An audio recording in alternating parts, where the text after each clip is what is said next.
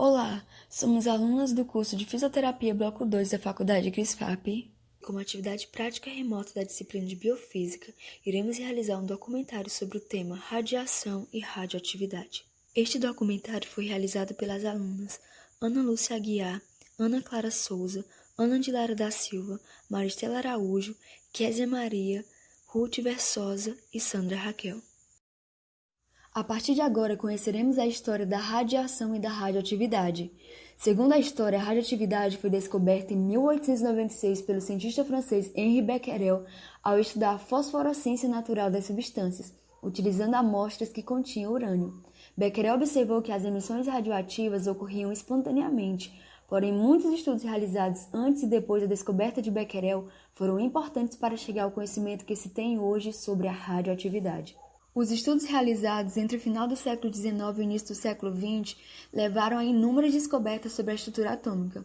Com a descoberta dos prótons, elétrons e nêutrons, o modelo atômico de Rutherford Bohr foi o que melhor explicou o comportamento atômico. Ao analisar a estrutura atômica, o químico e físico inglês William Crookes descobriu os raios catódicos ao realizar experimentos com descargas elétricas a pressões baixíssimas em gases.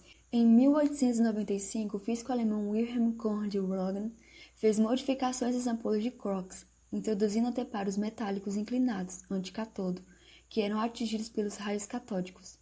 A partir desse experimento, teve-se o início da descoberta da radiação. Ao colocar a mão de sua esposa entre a ampola e uma chapa fotográfica, o físico constatou que era possível ver a sombra dos ossos de sua mão e do anel que ela usava. Esse novo tipo de raio descoberto por Robert espantou o mundo ao demonstrar que com a sua descoberta era possível ver através do corpo humano. Ele mostrou que o impacto produzido pelos raios catódicos sobre o anticatodo era capaz de produzir raios-x, tornando fluorescentes ou fosforescentes certas substâncias. Em 1896, o físico francês Antoine-Henri Becquerel decidiu investigar se a fosforescência natural poderia estar ligada aos raios-x. Ele constatou que uma substância poderia emitir radiação espontaneamente, sem absorver os raios solares, por exemplo. As substâncias utilizadas por Becquerel foram sais de urânio, que ao serem colocadas em frascos próximos de uma placa fotográfica e na ausência de luz, escurecia as chapas fotográficas. As emissões sobre as placas foram nomeadas de raios de Becquerel, mas posteriormente receberam o nome de emissões radioativas. Em 1897, Mary Skłodowska-Curie, física de origem polonesa, decidiu estudar os raios de Becquerel. As investigações da Madame Curie confirmaram que todos os sais produziam o mesmo resultado, pois tratava de uma propriedade do elemento comum a todos eles, o urânio. A partir de então, Mary Curie e seu marido Pierre Curie trabalharam isolando o urânio do minério perblenda, o 3O8. Juntos, eles descobriram dois novos elementos químicos com emissões radioativas superiores ao elemento estudado. Esses dois elementos foram chamados de polônio e rádio, e agraciou Mary Curie com 2 prêmios Nobel em 1911. Em 1898, Ernest Rutherford testou as radiações provenientes de um material radioativo sob uma tela fluorescente, descobrindo então 2 tipos de radiação, alfa e beta. E em 1900, o químico e físico francês Paul-Rich Villard observou um terceiro tipo de radiação, denominada de radiação gama. Quando o feixe de uma amostra radioativa passa por 2 placas eletricamente carregadas, ocorre a subdivisão em 3 tipos de radiações. Os diferentes tipos de emissões foram comprovados pelo aparecimento de manchas luminosas em uma tela fluorescente ou também chamada de chapa fotográfica. Conceitualmente, as radiações são ondas eletromagnéticas ou partículas que se propagam com uma determinada velocidade, contêm energia, carga elétrica e magnética. Podem ser geradas por fontes naturais ou por dispositivos construídos pelo homem. Possuem energia variável desde valores pequenos até muitos elevados. Entretanto, não é prejudicial quando é usada de maneira correta e controlada. As radiações eletromagnéticas mais conhecidas são luz, micro-ondas, ondas de rádio, radar, laser, raio-x e radiação gama. As radiações sob a forma de partículas com massa, carga elétrica, carga magnética mais comuns são os feixes de elétrons, os feixes de prótons e radiação beta, radiação alfa. A radioatividade, por sua vez, é definida como a capacidade que alguns elementos instáveis possuem de emitir energia sob a forma de partículas ou radiação eletromagnética. É definida como um fenômeno pelo qual um núcleo instável emite partículas e ondas para atingir a estabilidade. Nem todos os átomos são radioativos, mas os que recebem essa definição se caracterizam por emitir partículas radioativas, radiação, numa busca constante para se tornarem mais estáveis. De acordo com sua origem, as radiações são classificadas em naturais ou artificiais e nucleares. As naturais são aquelas radiações que partem de uma fonte não produzida por tecnologia humana e que ocorrem de forma espontânea.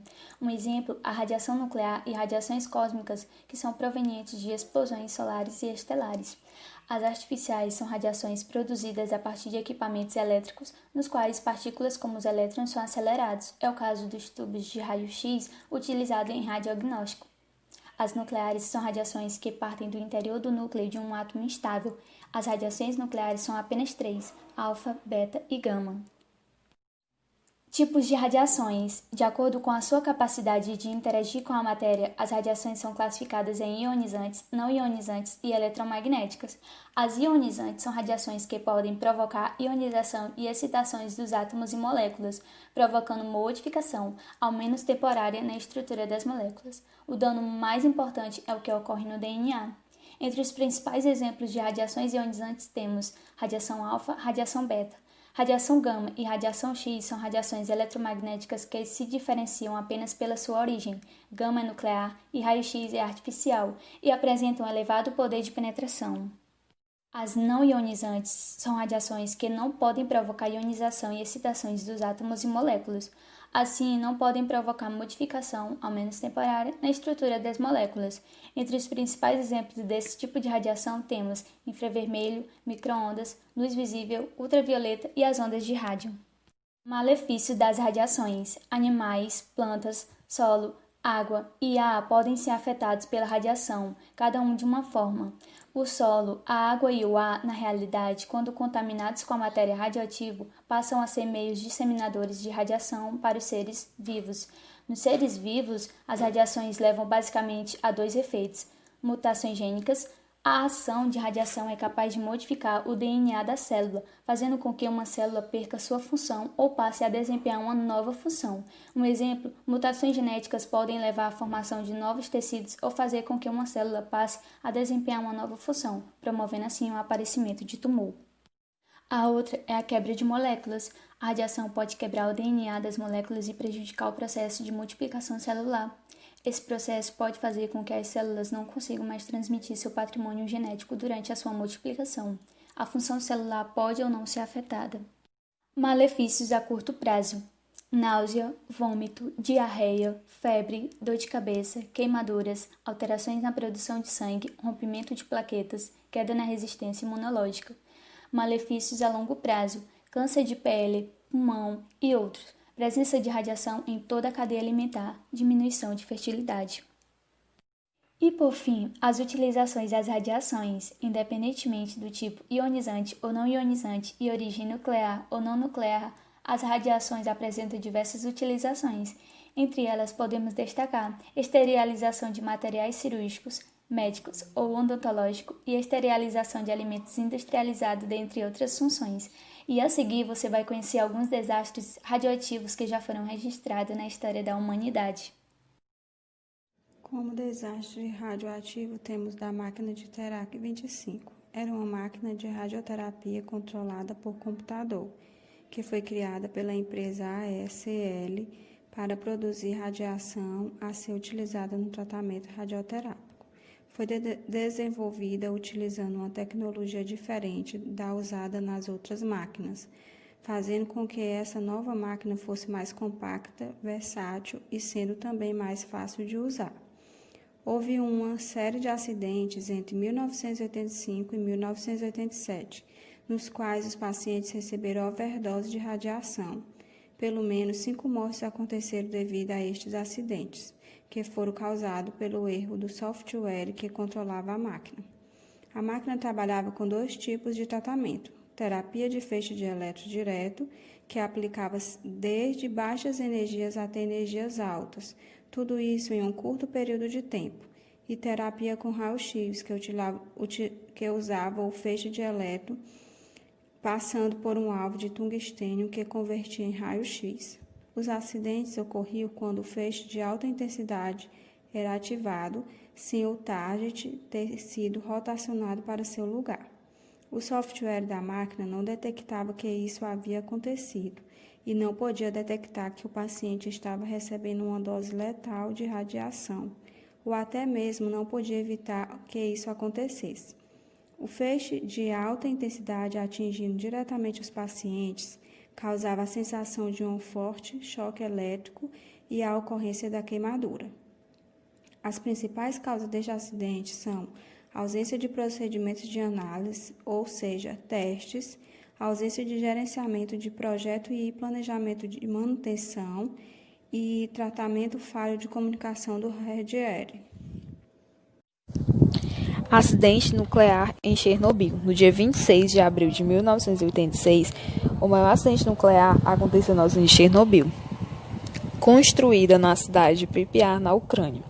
Estima-se que 30 pessoas tenham morrido nos primeiros meses após a explosão e outras milhares foram expostas a níveis de radiação capazes de matar a longo prazo por causa de doenças como o câncer. O porquê aconteceu? O problema em Chernobyl começou durante um teste de rotina, em que técnicos queriam simular um apagão na rede elétrica principal da usina e o acionamento de uma rede de energia de emergência movida a óleo diesel. Por falha no projeto ou erro humano, o sistema de resfriamento do núcleo do reator, onde aconteciam as fissões atômicas, parou de funcionar quando a rede elétrica foi desligada. Isso gerou um superaquecimento do núcleo, que atingiu temperaturas acima de 2.000 graus. O calor gerou uma explosão de vapor tão violenta que ele destruiu o teto do reator, que pesava mais de 1.000 toneladas. A explosão lançou grandes quantidades de material radioativo na atmosfera. Como foi a evacuação? Após a usina explodir, o Corpo de Bombeiros de Pripyat, cidade onde fica Chernobyl, foi acionado. Os bombeiros chegaram à usina sem preparo adequado para enfrentar a situação e acabaram expostos a doses de radiação muito altas. A população de Pripyat foi avisada de que precisava deixar a área em 3 dias. Após dias sem o fogo na usina ser controlado, entraram em ação helicópteros para conter a radiação.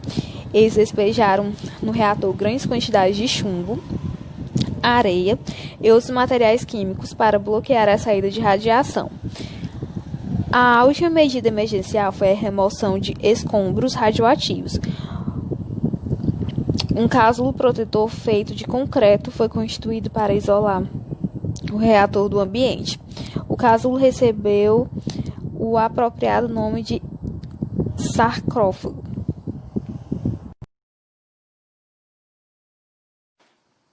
Acidente nuclear de Fukushima. A central nuclear de Fukushima Daiichi fica localizada no Japão. O Japão é um arquipélago composto por milhares de ilhas. Está localizado em uma região de encontro de placas tectônicas, deixando o país suscetível a vulcões, terremotos e tsunamis. A maior parte do território japonês é composto por montanhas, locais onde é complicado plantar e desenvolver cidades. Por conta do território ser pequeno e a população grande, faz com que as grandes metrópoles e a agricultura fiquem confinadas em um pequeno espaço. O Japão possui um dos maiores índices de pessoas vivendo por metro quadrado do mundo. Por não ter tanto espaço e por combustíveis fósseis serem escassos, o país adotou a energia nuclear como fonte alternativa para produzir energia elétrica.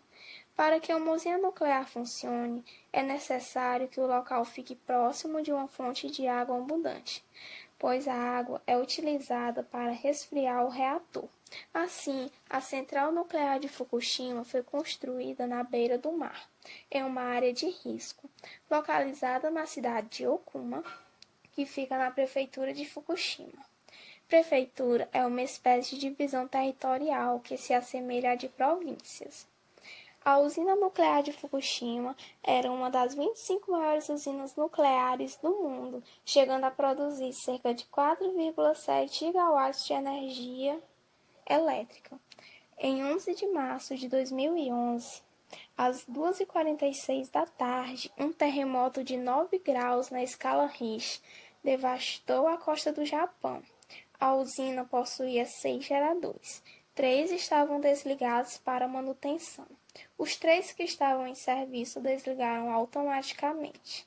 Isso ocorreu pois quando ocorre um terremoto, um sistema de emergência é acionado e todos os reatores das usinas nucleares que estiverem ligados passam a funcionar com uma água que é bombeada por geradores de emergência a óleo diesel.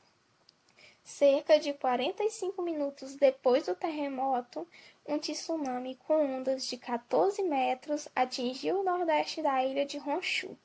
Vilas e pequenas cidades foram varridas, e a costa, onde fica a central nuclear de Fukushima, projetada para resistir a um tsunami de 5,7 metros, foi destruída.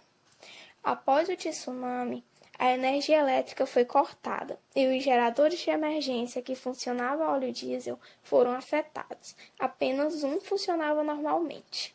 O bombeamento de água para os reatores havia praticamente cessado, fazendo com que o nível de água de resfriamento baixasse rapidamente. No dia 12, a pressão dentro do reator 1 começa a subir. Essa pressão precisa ser mantida baixa o tempo todo. O combustível do reator 1 aqueceu e começou a derreter, provocando vazamento de gás radioativo da contenção do reator. O aumento da pressão levou a uma explosão de hidrogênio. Após a explosão, a radiação próxima ao reator era 1000 vezes mais alta que o normal. Com a explosão, 4 pessoas ficaram feridas. Testes feitos com um grupo de 90 moradores da prefeitura de Fukushima, selecionados ao acaso, 3 deram positivo para radiação acima do normal. 2 dias depois, o reator 3, que estava cada vez mais instável, explodiu e afetou o sistema de resfriamento do reator 2.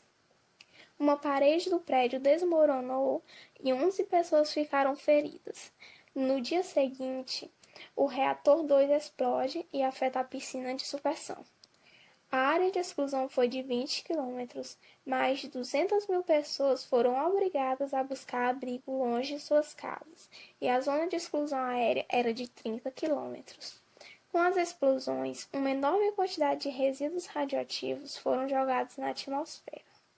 Uma grande quantidade de água foi utilizada para resfriar o combustível nuclear superaquecido.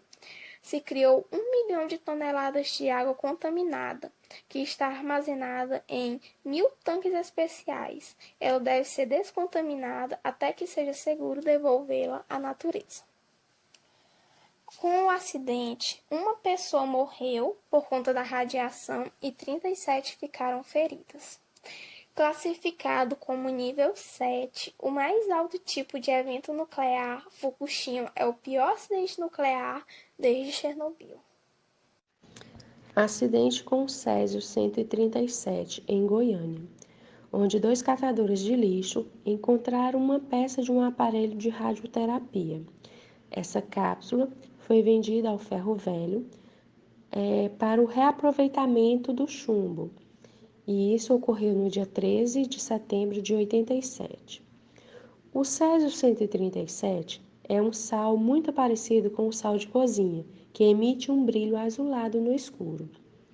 Ele absorve a umidade do ar, facilmente adere à roupa, à pele e aos utensílios, podendo contaminar os alimentos e o organismo internamente.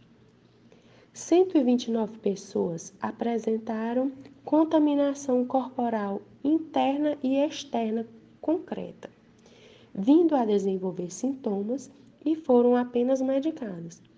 Porém, 49 foram internadas, sendo que 21 precisaram de tratamentos intensivos.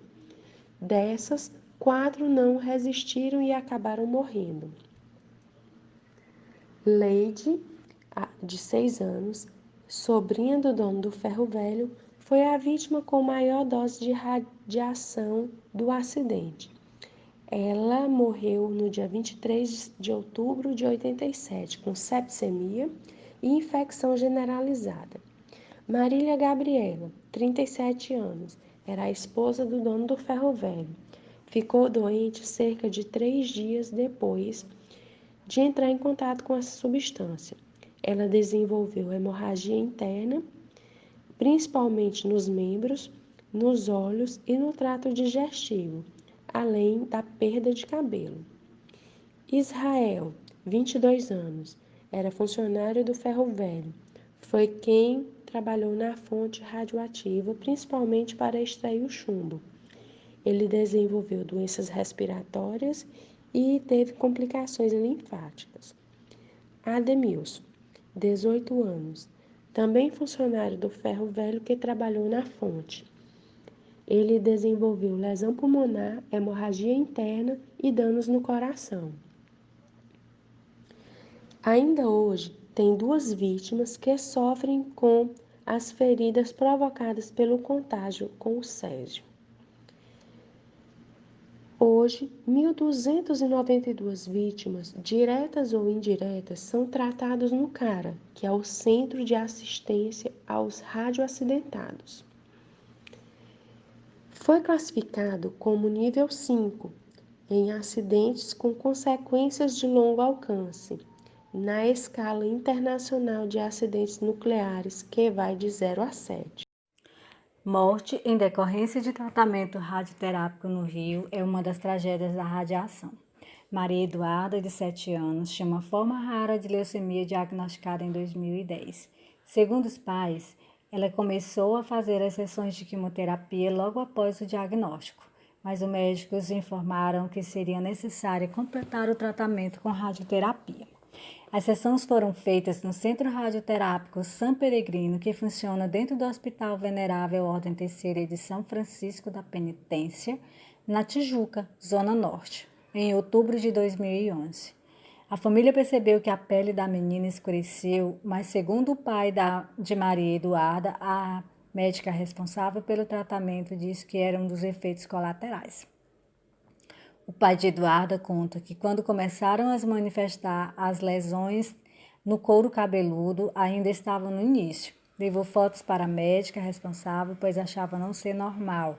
Mas as sessões continuaram e a menina começou a apresentar queimaduras na orelha, na cabeça e danos cerebrais que levaram a dificuldades para falar e andar.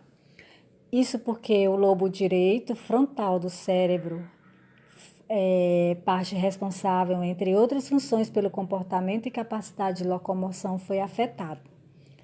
A menina ainda foi levada a hospitais para fazer curativos. Segundo a equipe médica que a atendeu, atestou que ela desenvolveu a síndrome cutânea da radiação, que acontece quando o paciente é exposto à radioterapia. No caso dela, ela desenvolveu um caso muito profundo do problema. Vítima de queimaduras graves durante a sessão de radioterapia, a menina não resistiu e veio a óbito. Inconformado com sua morte, o pai entrou com uma ação na 4ª Vara Civil de Bambu, na Zona Oeste. O juiz responsável pelo caso nomeou um médico do Instituto Nacional do Câncer para fazer uma perícia no equipamento de radioterapia usado na menina durante as sessões. O perito concluiu que o protocolo de atendimento foi seguido, mas não descartou a possibilidade de ter havido erro humano no cálculo ou na aplicação da dose durante o tratamento. De acordo com a polícia, os responsáveis vão responder por homicídio culposo. O Centro Radioterápico San Peregrino foi interditado e, em nota, a Clínica San Peregrino disse que, assim que as causas das lesões forem identificadas, começou a prestar tratamento especializado. E sobre os funcionários que vão responder por homicídio culposo, a clínica disse que espera o pronunciamento das autoridades para definir a condução do caso.